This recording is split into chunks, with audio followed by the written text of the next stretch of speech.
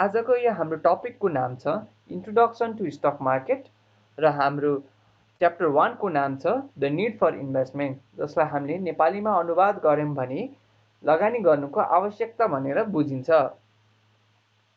लगानी किन गर्नुपर्दछ? हामीले माथिको प्रश्नलाई सम्बोधन गर्नु अघि हामीले सर्वप्रथम यो कुरामा बुझ्न जरुरी छ कि यदि हामीले कुनै पनि लगानी नगर्ने निर्णय गर्यौं भने के हुन्छ। उदाहरणको लागि मानौ हजुर प्रति महिना रु 50,000 कमाउनुहुन्छ र हजुरले जीविकोपार्जनको लागि रु 30,000 मासिक खर्च गर्नुहुन्छ।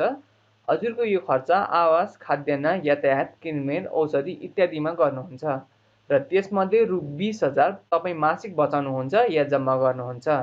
विषय बुझ्न अझै सजिलो होस् भनेर हामी यहाँ आयकरको हिसाब चाहिँ गर्दैनौँ र यो छलफल अझै केही सरल होस् भनेर हामी केही अनुमानहरू पनि गर्नेछौँ। अनुमानहरू यस प्रकारका छन्। हजुरको रोजगारदाताले प्रति वर्ष 10% को दरले तलब वृद्धि गर्ने खालको दयालु छ। हजुरको जीविकोपार्जन गर्ने खर्च वर्षमा 8% को दरले वृद्धि हुन सक्छ। हजुर अहिले 30 वर्षको हुनुहुन्छ र 50 वर्ष पुग्दा रिटायर हुने योजना बनाउँदै हुनुहुन्छ। यसले हजुरलाई 20 वर्ष थप कमाउने अवसर पनि प्रदान गर्नेछ। हजुर रिटायर भएपछि हजुरले काम गर्न चाहनुहुन्न। हजुरको खर्चहरू स्थिर रहनेछन् र यो बाहेक अरू कुनै पनि खर्च गर्नुहुन्न। हजुर मासिक 20,000 नगदको रूपमा जम्मा गर्नुहुन्छ। यी अनुमानहरूलाई थाती राखेर आउँदो 20 वर्षको आर्थिक प्रक्षेपण कस्तो देखिन्छ भनेर तल हेर्न सकिन्छ। 20 वर्षको आर्थिक प्रक्षेपण, जसलाई हामीले अङ्ग्रेजीमा क्याश फ्लो स्टेटमेन्ट पनि भन्न गर्दछौँ। हामीले टेबलमा देख्न सक्छौँ कि हाम्रो पहिलो वर्षको कमाई 6 लाख छ र हाम्रो पहिलो वर्षको खर्च भनेको चाहिँ 3,60,000 छ। कमाईबाट खर्च घटाइसकेपछि हाम्रो वार्षिक बच्ने भनेको 2,40,000 हो। अघि हामीले अनुमानहरू लगाएको थियौँ, जुन छ कि हाम्रो वर्षमा 10% को दरले हाम्रो कमाई बढ्छ र 8% को दरले खर्च बढ्छ। यो सँगै हाम्रो बचत पनि त्यही अनुपातमा बढ्ने गर्दछ, जसले गर्दा हाम्रो पहिलो वर्षबाट दोस्रो वर्षमा आउँदाखेरि 2,71,200 रुपियाँ हाम्रो बचत भयो। यसरी नै हामी 10% को दरले कमाई बढ्दै जाने र 8% को दरले खर्च बढ्दै जाँदाखेरि 20औं वर्षसम्म आइपुग्दाखेरि हाम्रो कमाई 36,69,545 रुपियाँ हुन्छ भने हाम्रो खर्च भनेको चाहिँ 15,53,652 रुपियाँ हुन्छ र हाम्रो बचत पनि 21,15,893 रुपियाँ हुन्छ। हामीले पहिलो वर्षदेखिको बचत 20औं वर्षसम्म आएको बचतसँग सबै जोड्दै आयौं भने हाम्रो 20 वर्षसम्मको बचत भनेको चाहिँ 1,78,90,693 रुपियाँ हुन्छ। यो भनेको के हो त? हामीले यो संख्या विश्लेषण गर्नेछौँ। संख्याहरूको विश्लेषण। यदि माथि देखाएको संख्याहरूको विश्लेषण गर्ने हो भने हजुरले चाँडै महसुस गर्नुहुन्छ कि यो एकदम डरलाग्दो अवस्था हो, किनभने माथिको क्याल्कुलेसनबाट एकदम आश्चर्यचकित पार्ने खालका कुराहरू पनि भेटिएका छन्। 20 वर्षको कडा परिश्रमपछि हजुरले रु 1,78,00,000 मात्र जम्मा गर्नुहुन्छ। हजुरको खर्चहरू सधैँ स्थिर भएकाले हजुरको जीवनशैलीमा यी 20 वर्षमा कहिले पनि परिवर्तन भएन। हजुरले सायद आफ्नो आजीवन आकाङ्क्षाहरूलाई पनि दबाउनु भयो, जस्तै राम्रो घरमा बस्ने, गाडी किन्ने, छुट्टीहरूमा घुम्ने इत्यादिहरू। हजुरले रिटायर हुनु भएपछि पनि खर्च 8% को दरमा बढी नै राख्नेछ र रु 1,78,00,000ले अवकाश प्राप्तिपछि लगभग 8 वर्षको जीवन मजाले चल्छ। तर 8औं वर्षपछि हजुरलाई एकदम गाह्रो हुनेछ, किनभने हजुरसँग त्यो बचतको पैसा बाँकी रहने छैन। 8 वर्षको अवधिमा सबै पैसा समाप्त भएपछि हजुरले के गर्नुहुन्छ? हजुर कसरी आफ्नो जीवन अगाडि बढाउनुहुन्छ? कि 20 वर्षको अवधिमा सञ्चय गरेको पैसा त्यो अवधिमा बढाउन सकिन्थ्यो त? अवश्य सकिन्थ्यो, तर कसरी? यसको लागि हामी दोस्रो परिदृश्यको कल्पना गरौँ। हामी अब दोस्रो परिदृश्यमा विचार गरौँ जहाँ नगद स्थिर राख्नुको सट्टा हामीले नगद लगानी गर्न छनौट गर्छौँ, जुन वार्षिक 12% को दरले बढ्छ।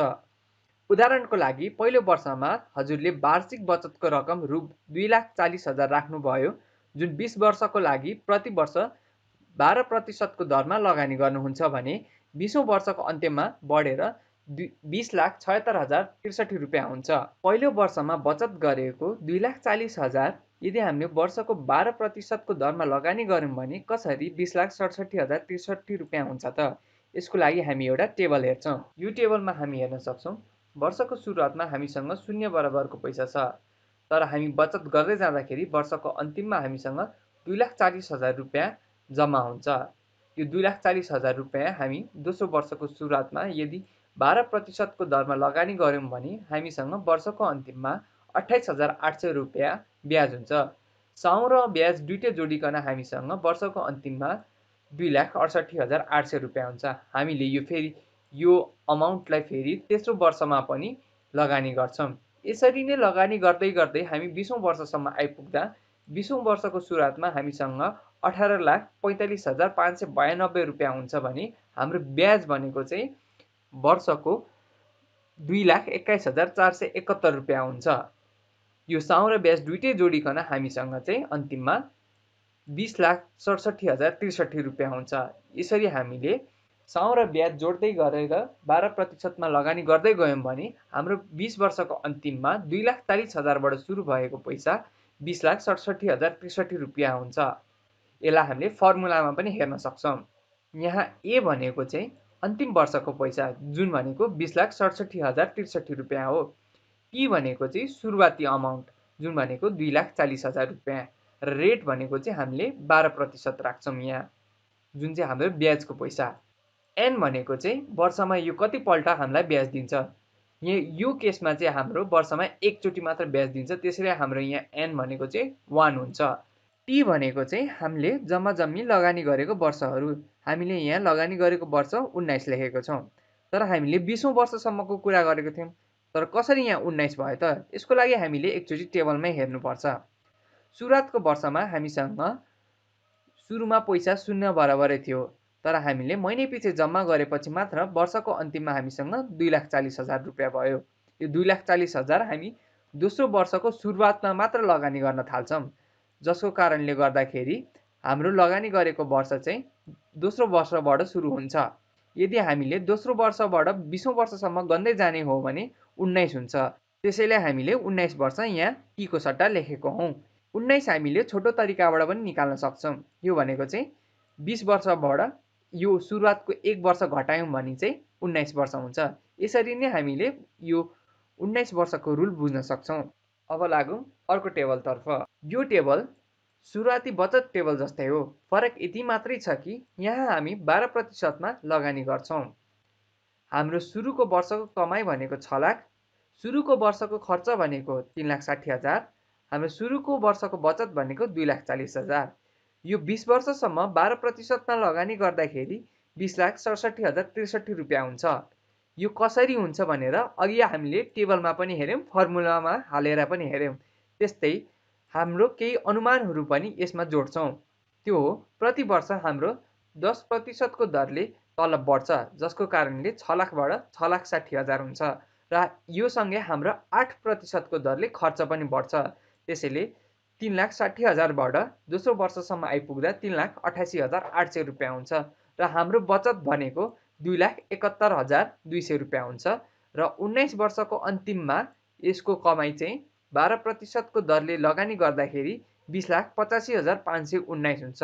वर्ष घटेसँगै हाम्रो टाइम पनि घट्दै जान्छ। जस्तै यहाँ हामीले 19 हालेको थियौँ भने यहाँ 18 हुन्छ, यहाँ 17 हुन्छ, त्यही अनुरूप यहाँ तलसम्म जान्छ र यो गर्दै 20औँ वर्षको अन्तिमसम्म आइपुग्दाखेरि हाम्रो 20औँ वर्षको कमाइ भनेको 36,69,545 हुन्छ भने हाम्रो खर्च भनेको अघिको जस्तै 15,53,652 हुन्छ र हामीसँग बचतको पैसा भनेको 21,15,893 हुन्छ। यो 20 वर्षको अन्तिम भएर हामीलाई यसमा ब्याज चाहिँ आउँदैन र सुरुको वर्षदेखि 12%मा लगानी गरेको बचतको पैसा र 20औँ वर्षसम्म लगानी गरिरहेको बचतको पैसाहरू एकमुष्ट जोड्दाखेरि चाहिँ हामीसँग 4,26,95,771 रुपियाँ हुन्छ। बचतको नगद लगानी गर्ने निर्णय गरेसँगै हजुरको नगद सन्तुलनमा उल्लेखनीय वृद्धि भएको पाइन्छ। नगद रु 1,78,00,000बाट 4,26,00,000को हाराहारीमा हजुरले लगानी गरेपछि पैसा पुगेको छ। यो आश्चर्यजनक 2.4 गुणा बढी रकम हो। यसबाट हजुरले आफ्नो रिटायर पछिको जीवन सुखले बिताउन सक्नुहुन्छ। अब फेरि सुरुको प्रश्नतिर लागौँ। लगानी हामीले किन गर्नुपर्दछ? यो प्रश्नमा लगानी गर्नु नै पर्छ भन्ने केही बाध्यताकारी कारणहरू छन्। पहिलो, मुद्रास्फीतिसँगको लडाईँ। बढ्दो मुद्रास्फीतिले, जसलाई हामीले अङ्ग्रेजीमा इन्फ्लेसन नै भन्ने गरिन्छ, हाम्रो पैसाको मूल्य घटाउँछ। जस्तै पहिला हामीले 100 रुपियाँमा सामान किन्न जाँदाखेरि धेरै तरकारी आउँथ्यो, तर अहिले त्यही 100 रुपियाँ बोकेर जाँदाखेरि हामीलाई एक थोक तरकारी पनि आउँदैन। यो भनेको चाहिँ इन्फ्लेसन हो, या नेपालीमा मुद्रास्फीति पनि भनिन्छ, जसले पैसाको मूल्य घटाउँछ र सामानको महँगाई बढाउँछ। मुद्रास्फीतिको समस्या हामीले लगानी गरेर सामना गर्न सकिन्छ। दोस्रोमा आउँछ हाम्रो पुँजी वृद्धि गर्ने। माथि दिएका उदाहरणहरूबाट यो स्पष्ट छ कि लगानी गरेर हजुरले अवकाशसम्म ठुलो रकम जम्मा गर्न सक्नुहुनेछ, तर अवकाशको लागि मात्र होइन, लगानी गरियो भने अरू महत्त्वपूर्ण काम सजिलैसँग गर्न सकिन्छ, जस्तै बच्चाहरूको उच्च शिक्षा, विवाह, घर खरिद जस्ता कार्यका लागि सजिलै पैसा थप्न सकिन्छ। र तेस्रो भनेको चाहिँ हजुरको वित्तीय आकाङ्क्षा र इच्छा पुरा गर्न सकिन्छ। अब हामीले यति कुरा बुझेपछि मनमा कौतूहल अवश्य जागेको होला, कहाँ लगानी गर्ने भनेर। अब हामीलाई थाहा छ कि किन लगानी गर्न महत्त्वपूर्ण छ। अर्को प्रश्न हाम्रो दिमागमा आउँदछ कि कहाँ लगानी गर्ने र कस्तो प्रकारको प्रतिफलको आशा गर्ने। तपाईँले लगानीमा गर्नुपर्ने पहिलो कुरा भनेको लगानी गर्ने ठाउँको छनौट गर्नु हो, जुन तपाईँको जोखिम लिने क्षमतासँग मेल खान आउँछ। फिर्ता र जोखिमको आधारमा लगानीलाई विभिन्न वर्गमा विभाजन गरिएको छ। यी वर्गहरूलाई अङ्ग्रेजीमा एसेट क्लास पनि भनिन्छ। केही प्रसिद्ध लगानी गर्ने एसेट क्लासहरू या लगानी योग्य ठाउँहरूलाई हामीले व्याख्या गर्न गइरहेका छौँ। सुरुमा हामी त्यो ठाउँहरूको पहिचान गर्छौँ। पहिलो भनेको स्थिर आय उपकरणहरू, दोस्रो भनेको इक्विटी, तेस्रो भनेको घर जग्गा, चौथो भनेको चाहिँ कमोडिटी बजार, जहाँ बहुमूल्य धातुको कारोबार हुन्छ। पहिलो, स्थिर आय उपकरणहरू। अहिले 2020मा नेपालको ए क्लास ब्याङ्कहरूले निश्चित आय उपकरण, जसलाई फिक्स्ड डिपोजिट पनि भन्ने गर्छन्, त्यस्तोमा ब्याज भनेको हामीलाई 7 देखि 8% दरमा दिइरहेका छन्। दोस्रो भनेको इक्विटी। इक्विटीमा लगानी गर्नु भनेको शेयर बजारमा सूचीकृत कम्पनीहरूको शेयर खरिद गर्नु हो। शेयर कारोबारको खरिद बिक्री नेपाल स्टक एक्सचेन्ज नेप्सेमा हुन्छ। जब तपाईँ इक्विटीमा लगानी गर्नुहुन्छ, त्यहाँ पुँजीको कुनै ग्यारेन्टी हुँदैन, तर तपाईँले इक्विटीमा पाउनु हुने रिटर्न एकदमै आकर्षक हुन्छ। पछिल्लो 1 वर्षमा नेपालको शेयर बजारको प्रतिफल औसतमा 12 देखि 15% हाराहारीमा रहिआएको छ। कुनै राम्रा कम्पनीहरूले लामो समयसम्ममा 20% भन्दा बढी पनि दिएका छन्, तर त्यस्ता कम्पनीहरू फेला पार्न कौशल, कडा परिश्रम र धैर्यताको सख्त आवश्यक पर्दछ। र तेस्रोमा आउँछ घर जग्गा। घर जग्गा अन्तर्गत तपाईँ एउटा घर, पसल वा जग्गामा लगानी गर्नुहुन्छ। यस लगानीबाट दुई प्रकारका आम्दानी हुन्छ। एउटा कमाई भाडाको रूपमा हुन सक्छ, अर्को कमाई सम्पत्तिको मूल्यमा वृद्धि भएको कारण हो। तर यस लगानीमा धेरै जटिलता र अप्ठ्यारा पाटाहरू पनि छन्। यसले समय धेरै लिन सक्दछ र एकै समयमा लगानीको लागि धेरै पैसा आवश्यक हुन्छ। घर जग्गाको रिटर्न नाप्न कुनै आधिकारिक सूत्र छैन, त्यसैले यसको सही टिप्पणी दिन पनि गाह्रो पर्दछ। र चौथोमा आउँछ सुन्न चाँदी। सुन्न चाँदी प्रख्यात लगानीका विकल्पहरू हुन्। लामो दौडमा दुवै सुन्न चाँदीको मूल्य बढ्छ। यी दुवैले 20 वर्षको लगानीबाट 10% सम्मको प्रतिफल प्राप्त गरेका छन्। यसमा लगानी गहना खरिद गरेर वा कमोडिटी मार्केट मार्फत गर्न सकिन्छ। लगानी सम्बन्धी केही महत्त्वपूर्ण कुराहरू। लगानी गर्दाखेरि यो कुरामा ध्यान राख्नु महत्त्वपूर्ण हुन्छ कि सम्पूर्ण लगानी एउटै वर्गमा गर्नु हुँदैन। लगानीलाई विभिन्न लगानीको क्षेत्र या वर्गमा विभाजन गर्नुपर्दछ र यस प्रक्रियालाई सम्पत्ति विविधीकरण पनि भनिन्छ। उदाहरणको लागि 23 देखि 25 वर्ष उमेरका रोजगार युवाहरूले बढी जोखिम लिन सक्दछन्। यस्तो अवस्थामा उनीहरूले इक्विटीमा कुल लगानीको 70%, बुलियन अथवा सुन्न चाँदीमा 20% र बाँकी स्थिर आय लगानीमा लगानी गर्नुपर्दछ।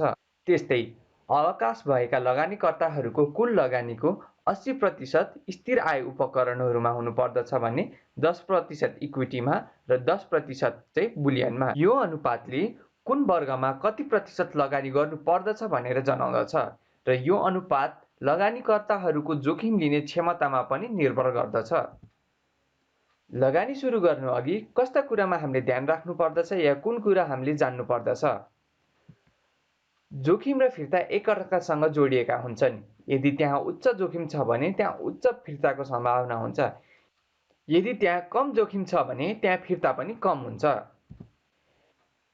यदि हजुर लगानी गरेको मूल पैसा अथवा साउलाई सुरक्षित राख्न चाहनुहुन्छ भने निश्चित आय भएको लगानीको विकल्पहरू उत्तम हुन्छन्। यस्तो विकल्पहरूमा कम जोखिम हुन्छन्, तर एउटा कुरा ध्यानमा राख्नुहोस्, लामो अवधिमा मुद्रास्फीतिको दरको कारणले हजुरको हातमा आउने पैसाको खरिद गर्ने शक्ति कम भइसकेको हुन्छ। उदाहरणको लागि, एउटा ब्याङ्कको फिक्स्ड डिपोजिटले हजुरहरूलाई 9% प्रतिफल दिन्छ, तर यदि मुद्रास्फीतिको दर 10% छ भने हजुर 1% घाटामा हुनुहुन्छ। स्थिर आय विकल्पहरू ती मान्छेहरूलाई हो जसको जोखिम लिने क्षमता निकै कम हुन्छ। र घर जग्गाको कुरा गर्दाखेरि घर जग्गामा लगानी गर्न एकै समयमा ठुलो पैसा चाहिन्छ र यस्तो लगानीबाट बाहिर निस्किन धेरै समय लाग्दछ। हजुरले कहिले सम्पत्ति किन्न या बेच्न सक्नुहुन्न जब हजुरले खरिद गर्न वा बेच्न ठिक समयमा सही खरिदकर्ता वा विक्रेता पाउनु हुँदैन। र सुन्न चाँदीको कुरा गर्दा, सुन्न चाँदी एकदमै सुरक्षित लगानीको विकल्पहरू मानिन्छन्, तर तिनीहरूको प्रतिफल धेरै आकर्षक चाहिँ हुँदैनन्। यस अध्यायमा हामीले एकदमै ध्यानमा राख्नुपर्ने केही महत्त्वपूर्ण कुराहरू। हजुरले भविष्यलाई सुरक्षित गर्नको लागि लगानी गर्नुहोस्। हजुरले आफ्नो लक्ष्य प्राप्तिको लागि लगानी गर्नुभएको पैसा हजुरले छनौट गर्नुभएको लगानीको विकल्पहरूमा निर्भर हुन्छन्, जस्तै सेयर मार्केट, घर जग्गा इत्यादि। अत दुई विकल्पहरूको फिर्ताको बिचमा अलिक फरक भयो भने यसले प्रतिफलमा पनि गम्भीर रूपले असर पार्न सक्छ। हजुरले यस्तो लगानीको विकल्प छनौट गर्नुहोस् जुन चाहिँ हजुरको जोखिम लिने क्षमतासँग मेल खान आउँछ। यदि हजुर मुद्रास्फीतिको प्रभावबाट सुरक्षित हुन चाहनुहुन्छ भने हजुरको सम्पूर्ण लगानीको केही अंश चाहिँ सेयरमा लगानी भएको हुनुपर्दछ।